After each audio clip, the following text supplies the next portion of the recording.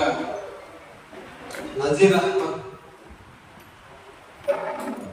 మన భారతదేశ స్వతంత్రం సంపాదించడంలో ముస్లింల యొక్క పాత్ర మీద అమోఘమైన ఒక సాహిత్యపరమైనటువంటి ఒక పుస్తకాన్ని ఈరోజు రచించి మన ఆంధ్ర ప్రజలందరికీ కూడా అందించినందుకు ఆయనకు ప్రత్యేకంగా అభినందిస్తూ, ఈ దేశానికి స్వతంత్రం ఎంతో మంది త్యాగఫలం.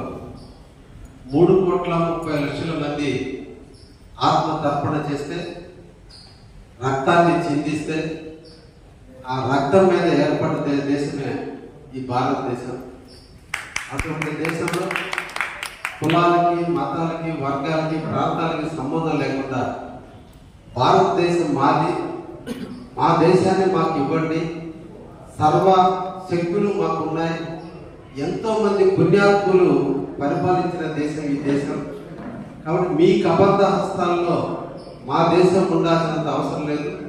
చైతన్యానికి, విద్యకి, జ్ఞానానికి నిలయమైనటువంటి భారతదేశం ఋషులతో, దేవుళ్ళతో, అందరితో విలయమైనటువంటి భారతదేశాన్ని పరిపాలించే సమర్థత మాకు ఉంది అని చెప్పి వెలుగుని చాటి దేశానికి స్వతంత్రం తెచ్చినటువంటి ఎందరో మహానుభావులు, వారందరినీ కూడా మనం ఈ సందర్భంగా స్మరించుకుంటూ, అందులో ముఖ్యంగా ఇప్పటి వరకు ఈ దేశం హిందూ దేశం, ఈ దేశంలో హిందువులే పోరాడారు అనేటువంటి ఒక భావన కాదు. అన్ని కుల, మత, వర్గ, వర్ణ సంబంధం లేకుండా అన్ని మతాల వారు కూడా ఈ దేశం కోసం పోరాడారని తెచ్చే దాంట్లో ఈ నజీర్ అహ్మద్ ఈ పుస్తకాన్ని రచించి కావలి ప్రజలకు అందించినందుకు వారికి ప్రత్యేకంగా ధన్యవాదాలు తెలియజేస్తున్నాను. Thank you.